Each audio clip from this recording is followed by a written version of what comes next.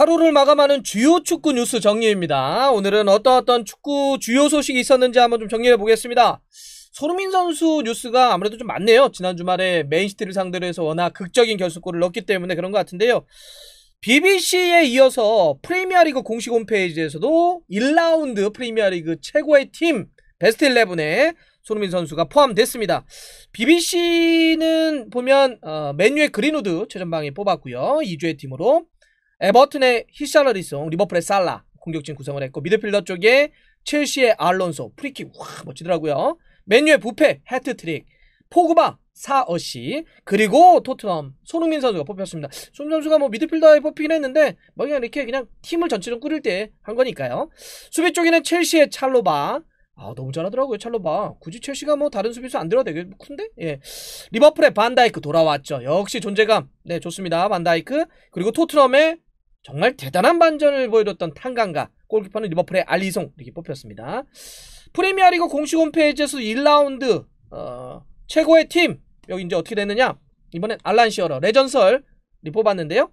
최전방에 손흥민 딱 갖다 놨고요. 2선에 살라와 히사르이송, 허리 쪽에 웨스트햄의 모하메드 벤나마를 뽑았습니다. 오, 웨스트햄이 상당히 괜찮더라고요. 아무래도 이제 그런 결과에 대한 영향이 좀 있었던 것 같고요. 또 부페와 포그바 허리 쪽에 뽑혔습니다. 수비 쪽에는 알론소, 찰로바, 그리고 센터백엔 이 브랜트포드의 피노크가 뽑혔는데, 아무래도 올 시즌 프리미어리그에 문을 열었던 아스날과 경기 때 2대0으로 브랜트포드가 이겼기 때문에 그 공원 센터백으로 뽑혔고요. 오른쪽엔 탄강가, 골키퍼는 알리송이었습니다. BBC는 쭉 설명을 하면서 손흥민 선수에 대해서는 이번 승리는 잉글랜드 대표팀 주장 없이 일궈낸 승리라 더 의미가 있다. 잉글랜드 대표팀 주장이라 함은 해리케인을 얘기하는 거죠. 맨시티는 더 많은 돈을 주어야지만 케인을 데려갈 수 있게 됐다. 예, 이거는 뭐 계속 저희가 말씀드렸던 것 같습니다. 케인은 월드 클래스이고 많이 비싼 선수지만 손흥민도 마찬가지다. 손흥민 선수도 월드 클래스라고 하는 거죠. BBC가 이야기를 한 겁니다. 손흥민의 결승골은 교과서적이었으며 전형적인 스트라이커의 골이었다. 그러면서 기록을 하나 BBC가 소개합니다. 손흥민은 지난 시즌부터 따져서 현재까지 40골 이상 만든 23골과 17개의 도움이거든요. 이렇게 40골 이상을 만든 4명의 선수 중 1명이다. 부페, 케인, 살라, 그리고 손흥민 선수만이 지난 시즌부터 쭉 합치면은 40골 이상을 만들었다고 하니까 손흥민 선수가 탑4에 든 거 아닙니까? 대단합니다. 프리미어리그 공식 홈페이지에서 알란 시어러가 이제 뽑았다고 말씀드렸는데 거기 코멘트를 이렇게 합니다. 아주 훌륭한 골로 챔피언을 무너뜨렸다. 손흥민은 속도와 기술로 맨시티에 문제를 일으켰다. 라고 좀 했습니다. 자, 오늘의 주요 뉴스 두 번째로 한번 가볼까요? 데일리메일에서 했는데 첼시에 새로 가세한 루카쿠에 대한 기사를 실었는데요. 루카쿠가 첼시에게 이어져 오고 있는 등번호 9번의 저주를 끝낼 것인가, 이런 거에 대한 이야기를 좀 실었습니다.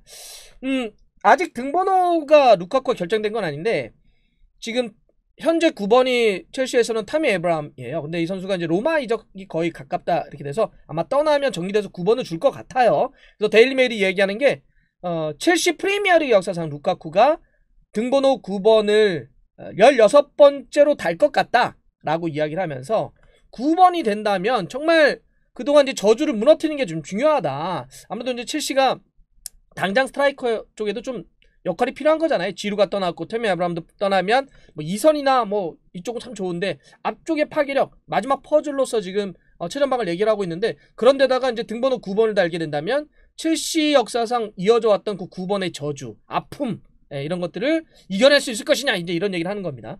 그동안 첼시의 등번호 9번은 뭐 케즈만, 크레스포, 칼리드 블라루즈 기억하십니까? 네. 그 다음에 미드필더 시드웰도 9번을 달았었고요.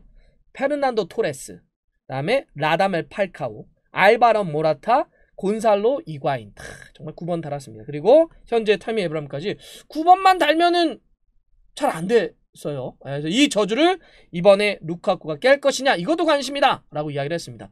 진짜 루카쿠가 들어오면 첼시가 어느 정도까지 더 올라갈 수 있을까요? 개막경 때 잘하던데. 자, 세 번째는 프랑스로 한번 가보죠.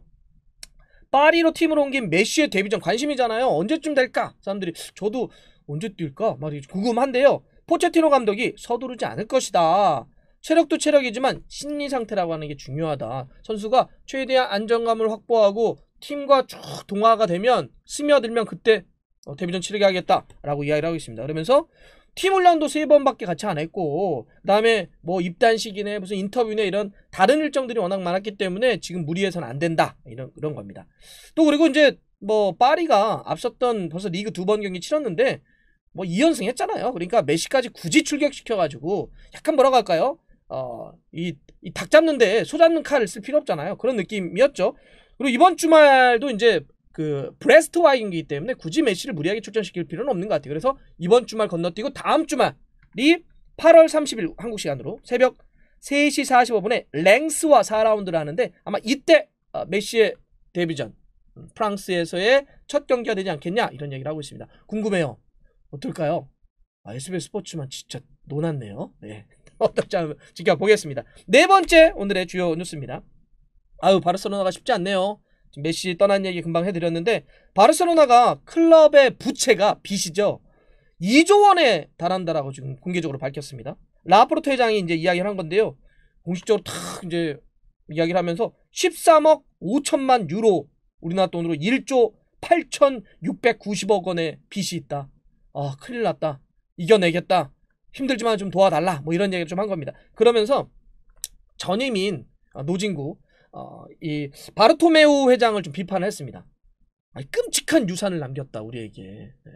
도대체 어떻게 구단을 운영을 했길래 이렇게 많은 부채를 남겼냐. 그러면서 만약에 메시를 그냥 잔류하는 계약을 했다면 메시에게 또 연봉을 줬어야 되잖아요. 아무리 깎았다고 하더라도. 그러면 바르셀로나가 벌어들인 총수입에 이 선수들의 여러가지 비용에 대한 지출이 110%를 넘겼기 때문에 셀러리캡 이런 문제에 걸렸을 것이다 라고 이야기를 했습니다.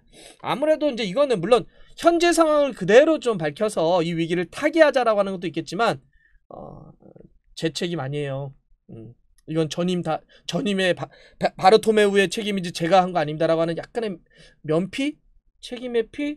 약간 좀 도망가는 이런 느낌도 좀 있습니다. 여하튼 좀 바르셀로나가 힘든 상황이긴 하는데 좀 이걸 어떻게 이겨낼지 또 역사와 전통이 있는 팀이니까 위기 극복을 한번 지켜보겠습니다. 그런데 그런 얘기도 했더라고요. 피케가 고맙게도 임금을 좀 삭감해줘서 그러면서 돈의 여유가 조금 생겨서 멤피스 데파이라든지 에릭 가르시아 같은 새로운 영입한 선수들을 등록할 수 있었다 이런 이야기를 했습니다. 아니 그러면서 또 연관되는 게 바르셀로나가 아무래도 이제 메시가 좀 빠졌기 때문에 스트라이커의 보강이 좀 필요하다라는 고민이 좀 있잖아요. 전체적으로 좀 전력이 아무래도 메시라고 하는 큰 빠졌기 때문에 좀 고민이 좀 있을 텐데 아스날의 오바메양을 영입하고 싶어 한다라는 기사도 계속 지금 이어지고 있습니다. 그러면서 이제 돈이 없으니까 바로 현금 주고는 못 데려오고 쿠티뉴와 현금 얼마 해가지고 이렇게 좀 바꾸겠다 이런 건데 뭐 어떻게 될지는 좀 보긴 해야 되겠지만 한편으로 저는 이 소식 딱 들으면서 어떤 느낌 받았냐면 와 진짜 바르셀로나가 어렵긴 어렵구나. 그래도 바르셀로나급인데 32살의 오바메양이 뭐 좋을 때도 있었지만 사실 지난 시즌부터 계속 꺾여가지고 별로 안 좋은데 이런 선수를 이렇게 데려오려고 하는 걸 보면 참 바르셀로나가 어려운 시간을 보내고 있구나 이렇게 느꼈습니다. 오바메양 참 아스날에서도 현재로서는 조금 안 좋은데 그죠? 바르셀로나 어쨌든 그런 보도가 있다 이런 겁니다. 마지막 5번째입니다. 아니 이탈리아 유벤투스에 있는 호날두에 대한 이적 움직임에 대한 뉴스도 계속 이어지고 있네요. 근데 지금 이게 호날두가 이제 만으로 36살입니다. 근데 이제 아무래도 유벤투스도 코로나의 직격탄을 좀 받았기 때문에 뭐 연봉이 엄청나게 비싼 호날두 그리고 호날두도 지금 뭐 이탈리아 생활 좀 만족하지 못한다 이런 얘기도 좀 나오고 있는데 이러다 보니까 지금 뭐 프리미어 리그로 가네 뭐 스페인 어디로 가네 뭐 파리 어디로 가네 뭐 여러가지 뭐 그냥 계속 여러가지 그냥 썰이 나오고 있는데 지금 대체적인 분위기는 호날두의 연봉을 누가 그걸 감당해? 그 많은 돈을 주고 호날두를 데려간다고? 에이 안 될걸? 이러면서 메시하고 좀 상황이 좀 다르잖아 뭐 이런 게 좀 많습니다. 그래서 약간 좀 뭐 이렇게 멘데스가 에이전트인데 몇 군데 이렇게 찌르는 거 아니냐 뭐 어디 도착했다 어딜 가봤다 이런 얘기들은 나오고 있는데 높은 연봉 때문에 쉽지 않아 보이는데 그거 스스로 많이 깎지 않으면 어려울 텐데 뭐 이런 얘기도 나오고 있습니다. 어떻게 될까요 호날두가? 메시가 옮겼는데 호날두까지 어떻게 될라나? 모르겠습니다. 어쨌든 뭐 이런 게 나오고 있네요. 자 오늘의 주요 뉴스였고요. 또 매일매일 주요 뉴스들이 있을 때마다 정리해서 이렇게 여러분들에게 또 말씀드리겠습니다.